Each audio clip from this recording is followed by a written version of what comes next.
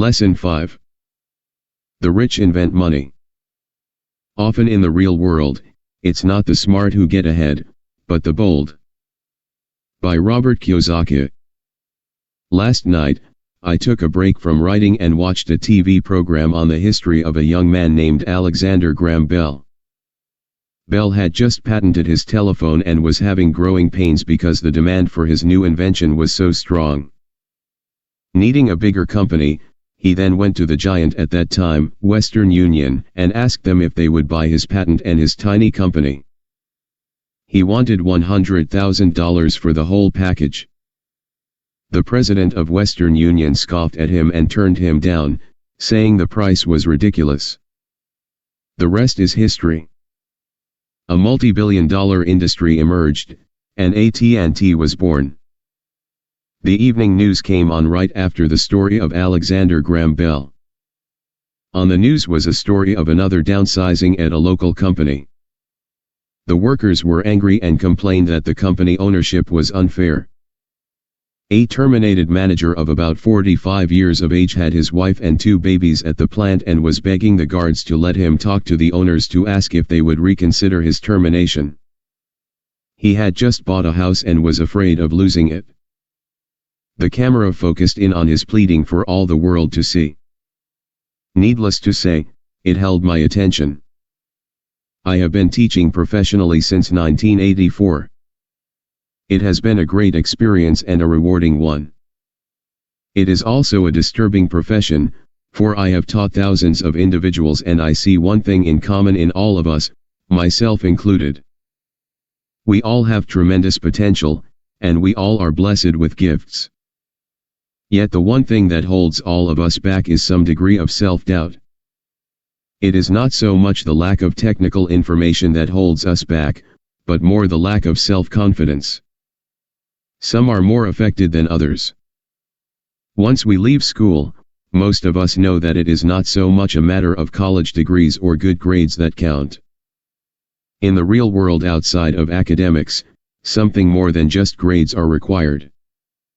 I have heard it called many things: guts, chutzpah, balls, audacity, bravado, cunning, daring, tenacity, and brilliance. This factor, whatever it is labeled, ultimately decides one's future much more than school grades do. Inside each of us is one of these brave, brilliant, and daring characters.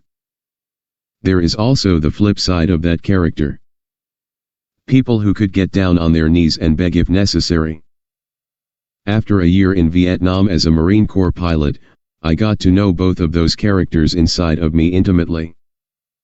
One is not better than the other. Yet as a teacher, I recognized that it was excessive fear and self-doubt that were the greatest detractors of personal genius. It broke my heart to see students know the answers, yet lack the courage to act on the answer. Often in the real world, it's not the smart who get ahead, but the bold. In my personal experience, your financial genius requires both technical knowledge as well as courage. If fear is too strong, the genius is suppressed. In my classes, I strongly urge students to learn to take risks, to be bold, and to let their genius convert that fear into power and brilliance. It works for some and just terrifies others. I have come to realize that for most people, when it comes to the subject of money, they would rather play it safe. I have had to field questions such as: why takes risks? Why should I bother developing my financial IQ? Why should I become financially literate? And I answer: just to have more options. There are huge changes up ahead. In the coming years, there will be more people just like the young inventor Alexander Graham Bell. There will be 100 people like Bill Gates and hugely successful companies like Microsoft created every year, all over the world. And there also will be many more bankruptcies, layoffs, and downsizings. So why bother developing your financial IQ? No one can answer that but you. Yet I can tell you why I myself do it. I do it because it is the most exciting time to be alive. I'd rather be welcoming change than dreading change. I'd rather be excited about making millions than worrying about not getting a raise. This period we are in now is a most exciting time, unprecedented in our world's history. Generations from now, people will look back at this period of time and remark at what an exciting era it must have been. It was the death of the old and birth of the new. It was full of turmoil, and it was exciting. So why bother developing your financial IQ?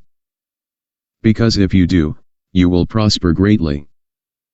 And if you don't, this period of time will be a frightening one. It will be a time of watching some people move boldly forward while others cling to worn-out life preservers. Land was wealth 300 years ago. So, the person who owned the land owned the wealth. Later, wealth was in factories and production, and America rose to dominance. The industrialist owned the wealth. Today, wealth is in information. And the person who has the most timely information owns the wealth. The problem is that information flies around the world at the speed of light. The new wealth cannot be contained by boundaries and borders as land and factories were. The changes will be faster and more dramatic. There will be a dramatic increase in the number of new multimillionaires. There also will be those who are left behind. I find so many people struggling today, often working harder, simply because they cling to old ideas. They want things to be the way they were, and they resist change. I know people who are losing their jobs or their houses, and they blame technology or the economy or their boss. Sadly, they fail to realize that they might be the problem. Old ideas are their biggest liability. It is a liability simply because they fail to realize that while that idea or way of doing something was an asset yesterday, yesterday is gone. One afternoon I was teaching how to invest using a board game I had invented, Cash Flow Registered, as a teaching tool. A friend had brought someone along to attend the class. This friend of a friend was recently divorced, had been badly burned in the divorce settlement, and was now searching for some answers. Her friend thought the class might help. The game was designed to help people learn how money works. In playing the game, they learn about the interaction of the income statement with the balance sheet. They learn how cash flows between the two and how the road to wealth is through striving to increase your monthly cash flow from the asset column to the point that it exceeds your monthly expenses. Once you accomplish this, you are able to get out of the rat race and out onto the fast track. As I have said, some people hate the game, some love it, and others miss the point. This woman missed a valuable opportunity to learn something. In the opening round, she drew a doodad card with the boat on it. At first, she was happy. Oh, I've got a boat. Then, as her friend tried to explain how the numbers worked on her income statement and balance sheet, she got frustrated because she had never liked math. The rest of her table waited while her friend continued explaining the relationship between the income statement, balance sheet, and monthly cash flow. Suddenly, when she realized how the numbers worked, it dawned on her that her boat was eating her alive. Later on in the game, she was also downsized and had a child. It was a horrible game for her. After the class, her friend came by and told me that she was upset. She had come to the class to learn about investing and did not like the idea that it took so long to play a silly game. Her friend attempted to tell her to look within herself to see if the game reflected her in any way. With that suggestion, the woman demanded her money back. She said that the very idea that a game could be a reflection of her was ridiculous. Her money was promptly refunded, and she left. Since 1984, I have made millions simply by doing what the school system does not do. In school, most teachers lecture. I hated lectures as a student. I was soon bored, and my mind would drift. In 1984, I began teaching via games and simulations, and I still rely on these tools today. I always encourage adult students to look at games as reflecting back to them what they know and what they need to learn. Most importantly, games reflect behavior. They are instant feedback systems. Instead of the teacher lecturing you, the game is giving you a personalized lecture, one that is custom-made just for you. The friend of the woman who left later called to give me an update. She said her friend was fine and had calmed down. In her cooling off period, she could see some slight relationship between the game and her life. Although she and her husband did not own a boat, they did own everything else imaginable. She was angry after their divorce, both because he had run off with a younger woman and because, after 20 years of marriage, they had accumulated little in the way of assets. There was virtually nothing for them to split. Their 20 years of married life had been incredible fun, but all they had accumulated was a ton of doodads. She realized that her anger at doing the numbers, the income statement and balance sheet, came from her embarrassment about not understanding them. She had believed that finances were the man's job. She maintained the house and did the entertaining, and he handled the finances. She was now quite certain that in the last 5 years of their marriage, he had hidden money from her. She was angry at herself for not being more aware of where the money was going, as well as for not knowing about the other woman. Just like a board game, the world is always providing us with instant feedback. We could learn a lot if we tuned in more. One day not long ago, I complained to my wife that the cleaners must have shrunk my pants. My wife gently smiled and poked me in the stomach to inform me that the pants had not shrunk. Something else had expanded me. The cash flow game was designed to give every player personal feedback. Its purpose is to give you options. If you draw the boat card and it puts you into debt, the question is, now what can you do? How many different financial options can you come up with? That is the purpose of the game, to teach players to think and create new and various financial options. Thousands of people throughout the world have played this game. The players who get out of the rat race the quickest are the people who understand numbers and have creative financial minds. They recognize different financial options. Rich people are often creative and take calculated risks. People who take the longest are people who are not familiar with numbers and often do not understand the power of investing. Some people playing cash flow gain lots of money in the game, but they don't know what to do with it. Even though they have money, everyone else seems to be getting ahead of them.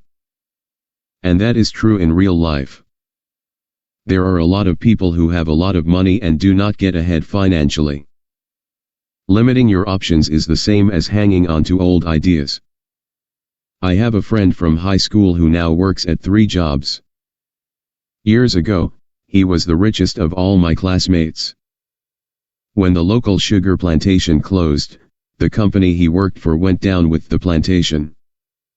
In his mind, he had but one option, and that was the old option: work hard.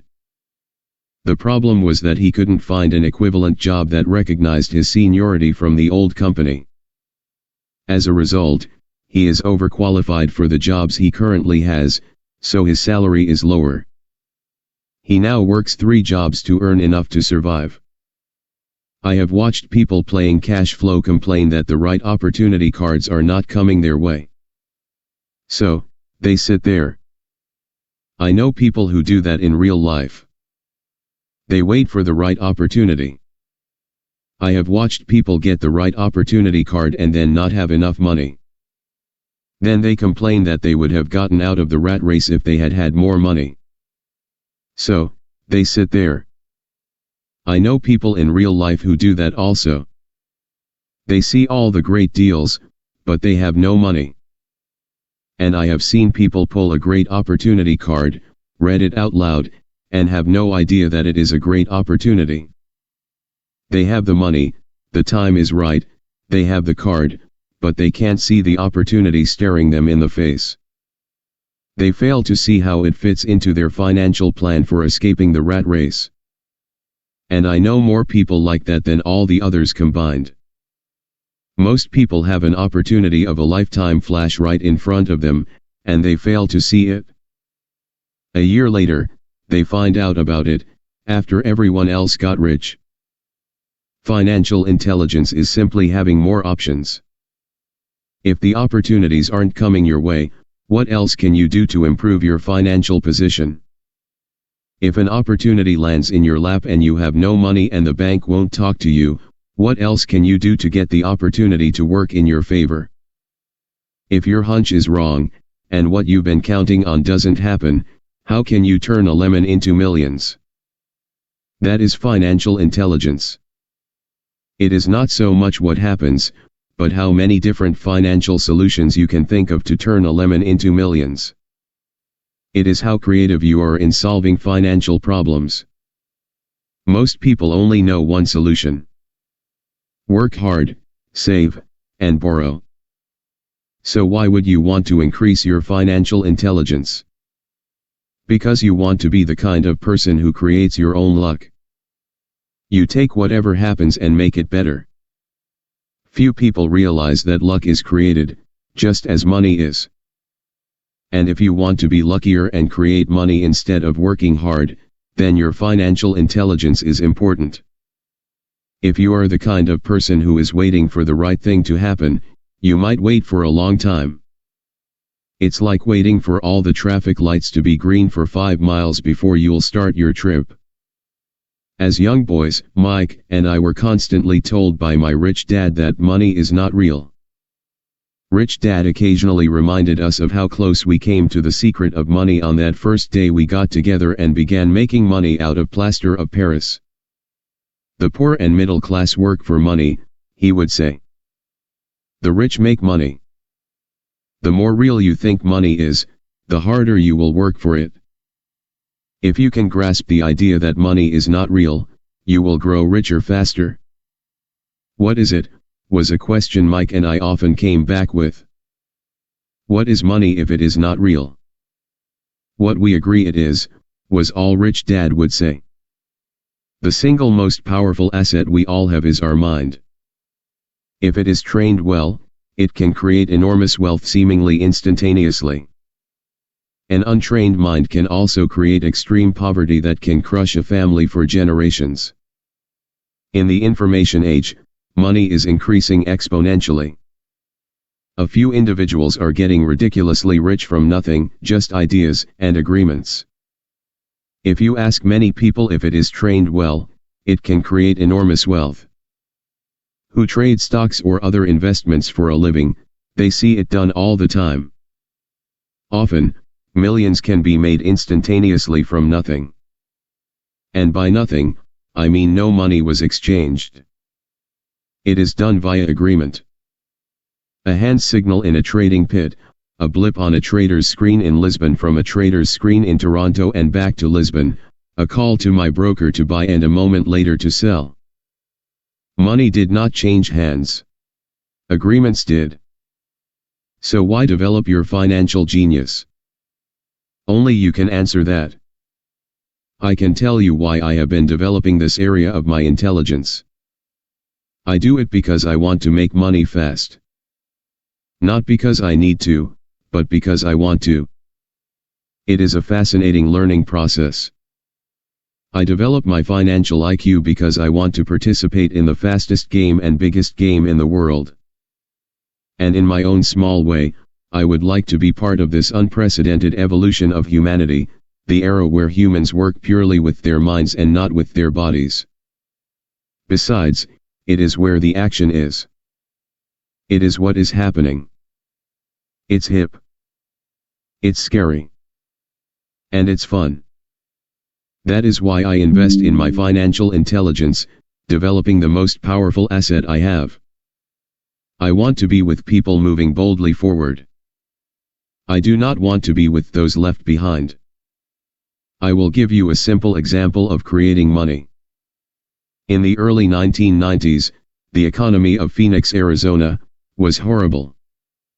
I was watching a TV show when a financial planner came on and began forecasting doom and gloom. His advice was to save money. Put $100 away every month, he said. In 40 years, you will be a multimillionaire. Well, putting money away every month is a sound idea. It is one option, the option most people subscribe to. The problem is this. It blinds the person to what is really going on. It causes them to miss major opportunities for much more significant growth of their money. The world is passing them by. As I said, the economy was terrible at that time. For investors, this is the perfect market condition. A chunk of my money was in the stock market and in apartment houses. I was short of cash. Because people were giving properties away, I was buying. I was not saving money. I was investing. Kim and I had more than $1 million in cash working in a market that was rising fast. It was the best opportunity to invest. The economy was terrible. I just could not pass up these small deals. Houses that were once $100,000 were now $75,000. But instead of shopping with local real estate agents, I began shopping at the bankruptcy attorney's office, or the courthouse steps. In these shopping places, a $75,000 house could sometimes be bought for $20,000 or less. For $2,000, which was loaned to me from a friend for 90 days for $200, I gave an attorney a cashier's check as a down payment. While the acquisition was being processed, I ran an ad advertising a $75,000 house for only $60,000 and no money down. The phone rang hard and heavy. Prospective buyers were screened, and once the property was legally mine, all the prospective buyers were allowed to look at the house. It was a feeding frenzy. The house sold in a few minutes.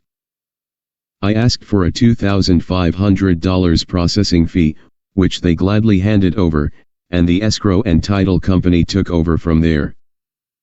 I returned the $2,000 to my friend with an additional $200. He was happy, the home buyer was happy, the attorney was happy, and I was happy. I had sold a house for $60,000 that cost me $20,000. The $40,000 was created from money in my asset column in the form of a promissory note from the buyer. Total working time, 5 hours.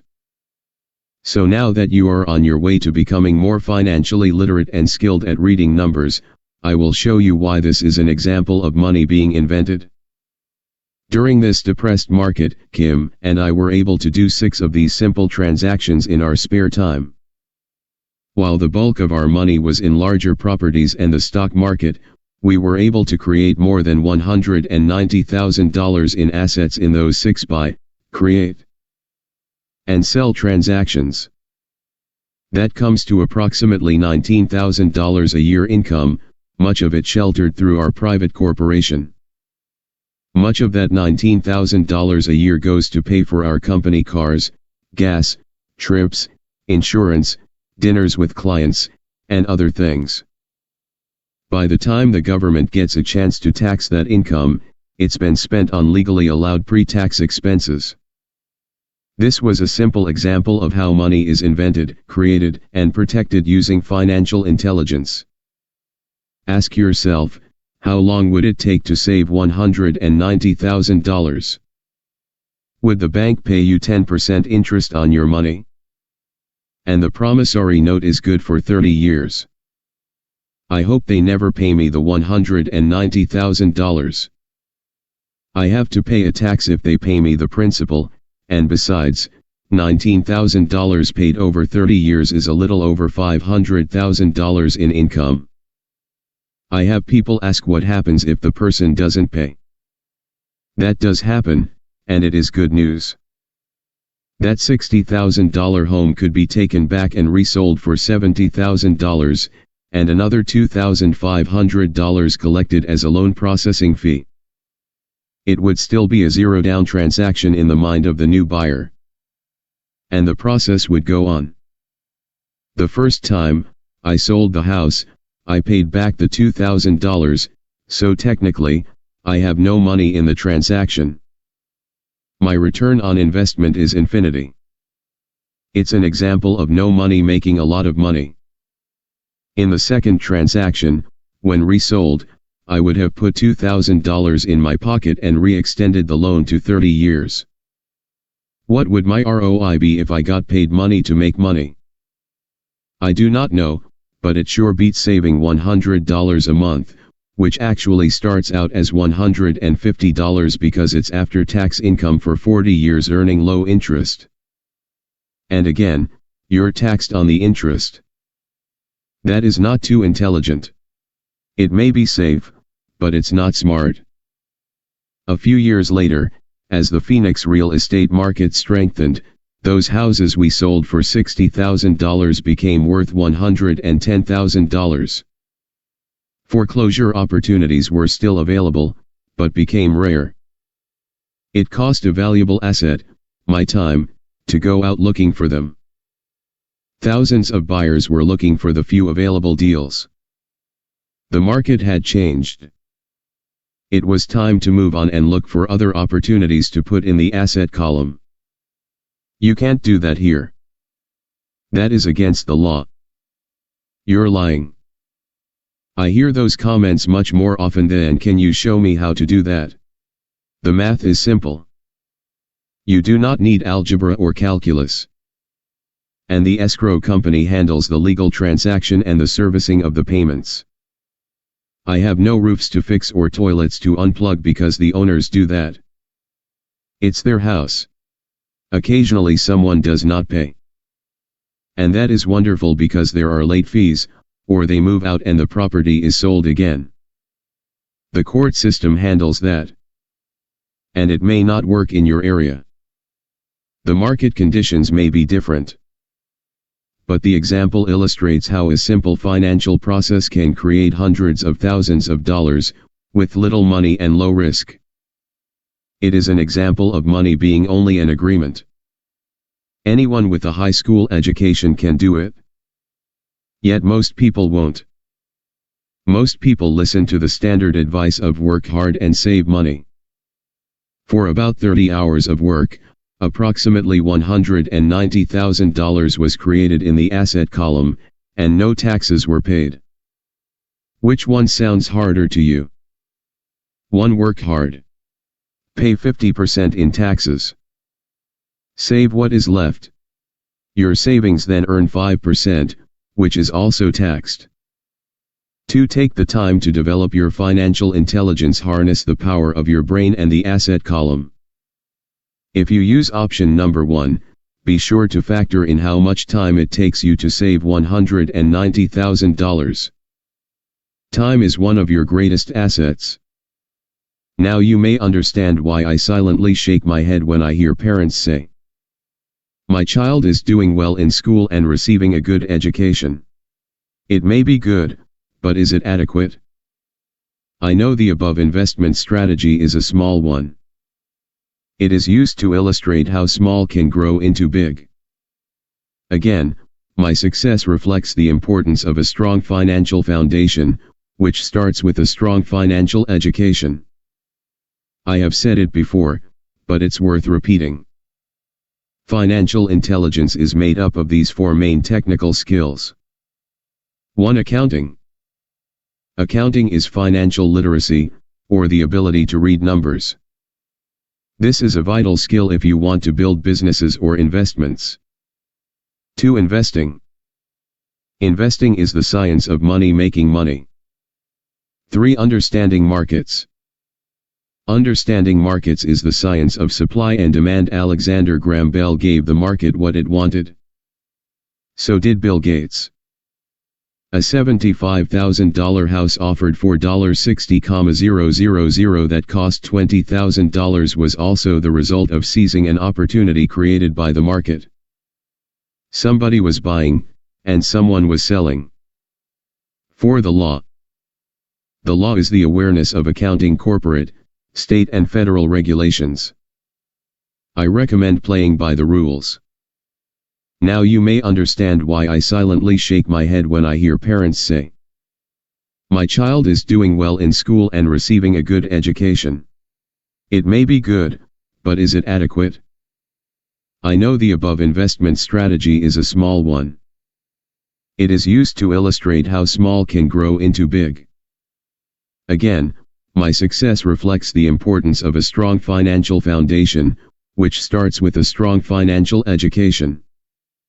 It is this basic foundation, or the combination of these skills, that is needed to be successful in the pursuit of wealth, whether it be through the buying of small homes, apartment buildings, companies, stocks, bonds, precious metals, baseball cards, or the like. A few years later, the real estate market rebounded and everyone else was getting in. The stock market was booming, and everyone was getting in. The US economy was getting back on its feet. I began selling and was now traveling to Peru, Norway, Malaysia, and the Philippines. The investment landscape had changed. We were no longer buying real estate. Now I just watch the values climb inside the asset column and will probably begin selling. I suspect that some of those 6 little house deals will sell and the $40,000 note will be converted to cash. I need to call my accountant to be prepared for cash and seek ways to shelter it. The point I would like to make is that investments come and go. The market goes up and comes down. Economies improve and crash. The world is always handing you opportunities of a lifetime, every day of your life, but all too often we fail to see them. But they are there. And the more the world changes and the more technology changes, the more opportunities there will be to allow you and your family to be financially secure for generations to come. So why bother developing your financial intelligence? Again, only you can answer that. I know why I continue to learn and develop. I do it because I know there are changes coming. I'd rather welcome change than cling to the past. I know there will be market booms and market crashes. I want to continually develop my financial intelligence because, at each market change, some people will be on their knees begging for their jobs. Others, meanwhile, will take the lemons that life hands them, and we are all handed lemons occasionally and turn them into millions. That's financial intelligence. I am often asked about the lemons I have turned into millions. I hesitate using many more examples of personal investments because I am afraid it comes across as bragging or tooting my own horn. That is not my intention. I use the examples only as numerical and chronological illustrations of actual and simple cases. I use the examples because I want you to know that it is easy. And the more familiar you become with the 4 pillars of financial intelligence, the easier it becomes. Personally, I use 2 main vehicles to achieve financial growth: real estate and small cap stocks. I use real estate as my foundation.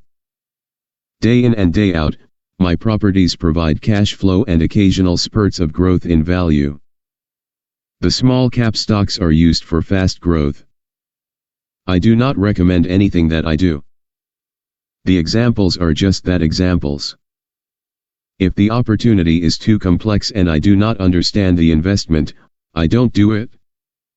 Simple math and common sense are all you need to do well financially. There are 5 reasons for using examples. 1. To inspire people to learn more. 2. To let people know it is easy if the foundation is strong. 3. To show that anyone can achieve great wealth. 4. To show that there are millions of ways to achieve your goals. To show that it's not rocket science. In 1989, I used to jog through a lovely neighborhood in Portland, Oregon.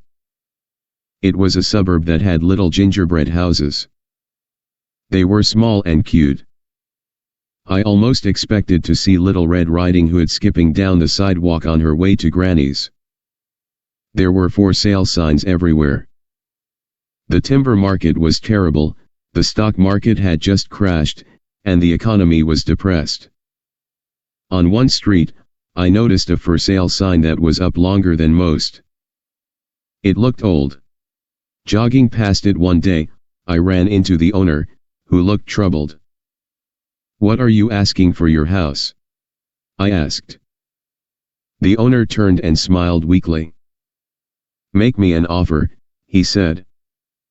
"It's been for sale for over a year. Nobody even comes by anymore to look at it." "I'll look," I said, and I bought the house a half hour later for $20,000 less than his asking price. It was a cute little 2-bedroom home, with gingerbread trim on all the windows. It was light blue with gray accents and had been built in 1930. Inside there was a beautiful rock fireplace, as well as 2 tiny bedrooms. It was a perfect rental house.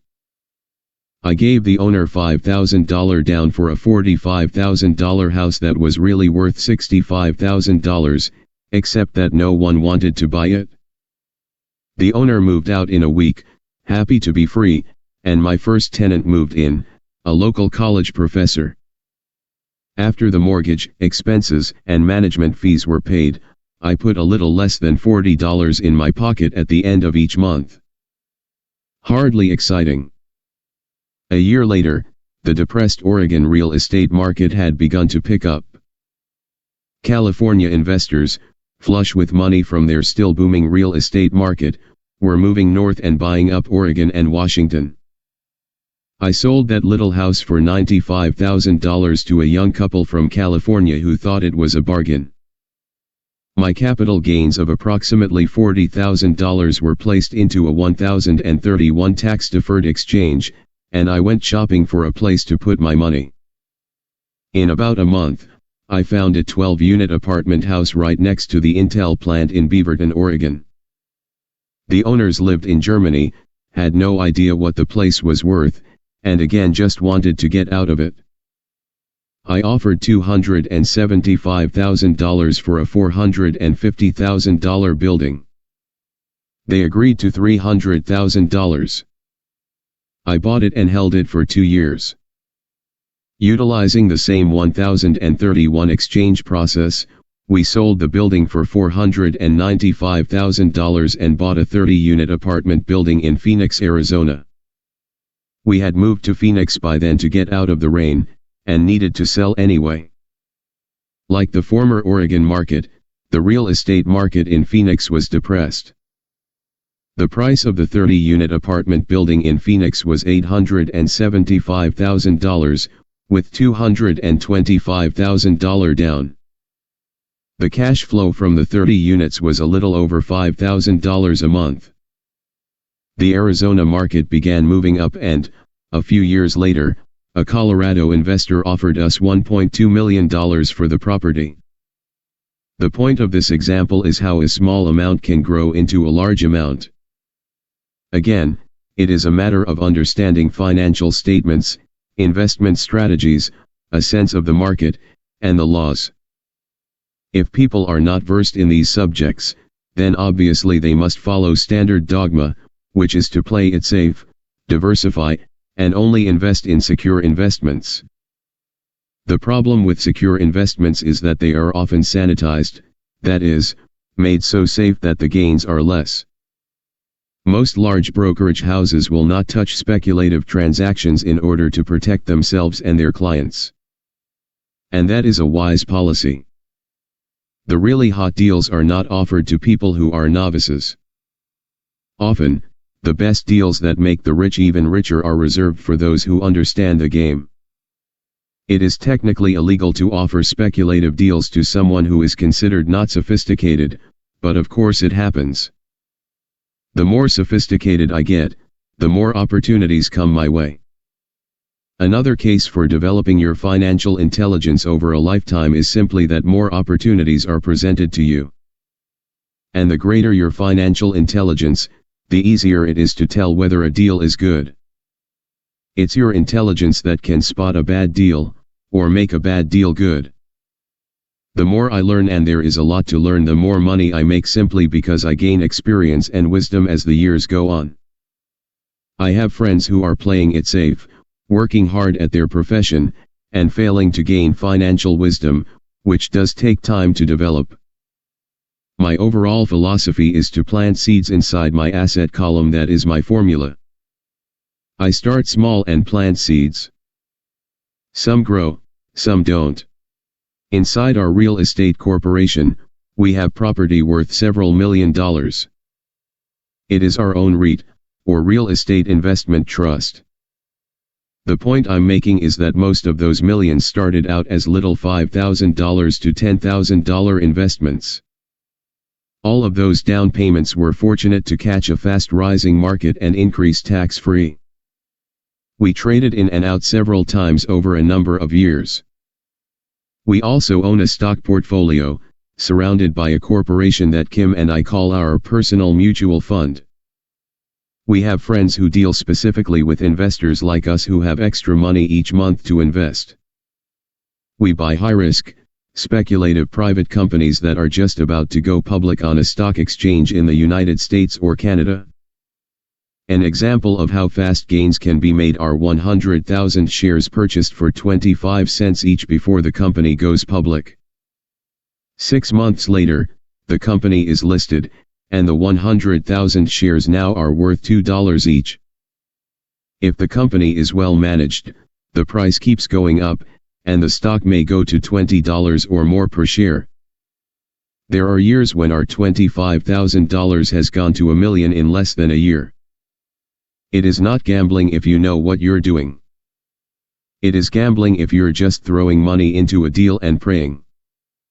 The idea in anything is to use your technical knowledge, wisdom, and love of the game to cut the odds down, to lower the risk.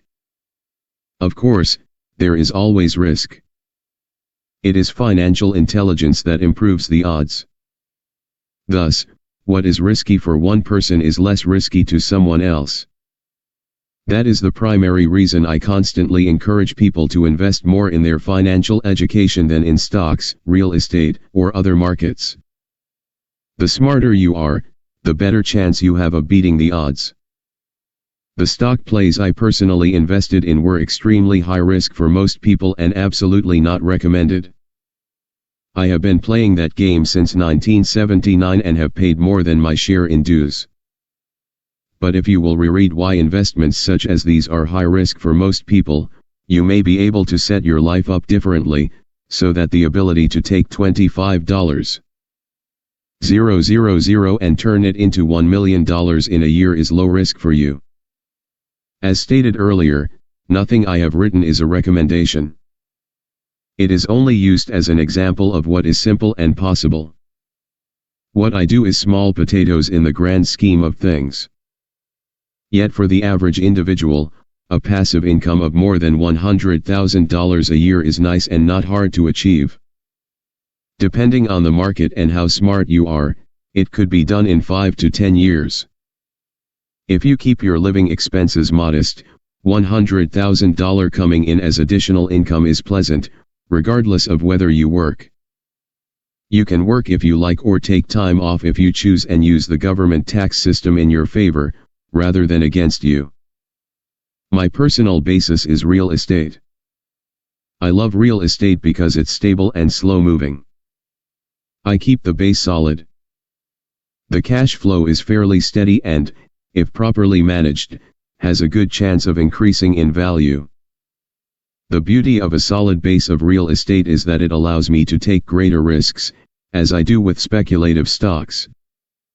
If I make great profits in the stock market, I pay my capital gains tax on the gain and then reinvest what's left in real estate, again further securing my asset foundation. A last word on real estate. I have traveled all over the world and taught investing. In every city. I hear people say you cannot buy real estate cheap. That is not my experience. Even in New York or Tokyo, or just on the outskirts of the city, prime bargains are overlooked by most people. In Singapore, with their high real estate prices, there are still bargains to be found within a short driving distance. So, whenever I hear someone say, "You can't do that here," pointing at me, I remind them that maybe the real statement is, I don't know how to do that here yet. Great opportunities are not seen with your eyes. They are seen with your mind. Most people never get wealthy simply because they are not trained financially to recognize opportunities right in front of them. I am often asked, how do I start? In the final chapter of this book, I offer 10 steps that I followed on the road to my financial freedom. But always remember to have fun. When you learn the rules and the vocabulary of investing and begin to build your asset column, I think you'll find that it's as fun a game as you've ever played. Sometimes you win and sometimes you learn. But have fun. Most people never win because they're more afraid of losing. That is why I found school so silly. In school we learn that mistakes are bad, and we are punished for making them. Yet if you look at the way humans are designed to learn, we learn by making mistakes. We learn to walk by falling down. If we never fell down, we would never walk. The same is true for learning to ride a bike. I still have scars on my knees, but today I can ride a bike without thinking. The same is true for getting rich. Unfortunately, the main reason most people are not rich is because they are terrified of losing. Winners are not afraid of losing. But losers are. Failure is part of the process of success. People who avoid failure also avoid success. I look at money much like my game of tennis. I play hard, make mistakes, correct, make more mistakes, correct, and get better. If I lose the game, I reach across the net, shake my opponent's hand, smile, and say, "See you next Saturday." There are two kinds of investors. One, the first and most common type, is a person who buys a packaged investment. They call a retail outlet, such as a real estate company, a stockbroker, or a financial planner, and they buy something. It could be a mutual fund, a REIT, a stock, or a bond. It is a clean and simple way of investing. An analogy would be a shopper who goes to a computer store and buys a computer right off the shelf. 2. The second type is an investor who creates investments. This investor usually assembles a deal in the same way a person who buys components builds a computer. I do not know the first thing about putting components of a computer together, but I do know how to put pieces of opportunities together, or know people who know how. It is this second type of investor who is the more professional investor. Sometimes it may take years for all the pieces to come together. And sometimes they never do. It's this second type of investor that my rich dad encouraged me to be. It is important to learn how to put the pieces together, because that is where the huge wins reside, and sometimes some huge losses if the tide goes against you. If you want to be the second type of investor, you need to develop 3 main skills. 1. Find an opportunity that everyone else missed. You see with your mind what others miss with their eyes. For example, a friend bought this run-down old house. It was spooky to look at. Everyone wondered why he bought it. What he saw that we did not was that the house came with 4 extra empty lots. He discovered that after going to the title company. After buying the house, he tore the house down and sold the 5 lots to a builder for 3 times what he paid for the entire package. He made $75,000 for 2 months of work. It's not a lot of money, but it sure beats minimum wage. And it's not technically difficult. 2. Raise money. The average person only goes to the bank. This second type of investor needs to know how to raise capital, and there are many ways that don't require a bank. To get started, I learned how to buy houses without a bank. It was the learned skill of raising money, more than the houses themselves, that was priceless. All too often I hear people say, "The bank won't lend me money." Or, "I don't have the money to buy it." If you want to be a Type 2 investor, you need to learn how to do that which stops most people. In other words, a majority of people let their lack of money stop them from making a deal. If you can avoid that obstacle, you will be millions ahead of those who don't learn those skills. There have been many times I have bought a house, a stock, or an apartment building without a penny in the bank. I once bought an apartment house for $1.2 million. I did what is called tying it up, with a written contract between seller and buyer. I then raised the $100,000 deposit, which bought me 90 days to arise the rest of the money. Why did I do it? Simply because I knew it was worth $2 million. I never raised the money. Instead, the person who put up the $100,000 gave me $50,000 for finding the deal, took over my position, and I walked away. Total working time, 3 days. Again, it's what you know more than what you buy. Investing is not buying. It's more a case of knowing. 3. Organize smart people. Intelligent people are those who work with or hire a person who is more intelligent than they are. When you need advice, make sure you choose your advisor wisely. There is a lot to learn, but the rewards can be astronomical. If you do not want to learn those skills, then being a Type 1 investor is highly recommended. It is what you know that is your greatest wealth. It is what you do not know that is your greatest risk. There is always risk, so learn to manage risk instead of avoiding it. I have said it before, but it's worth repeating. Financial intelligence is made up of these 4 main technical skills. Thank you for your support our channel. Please help subscribe to get more benefit video.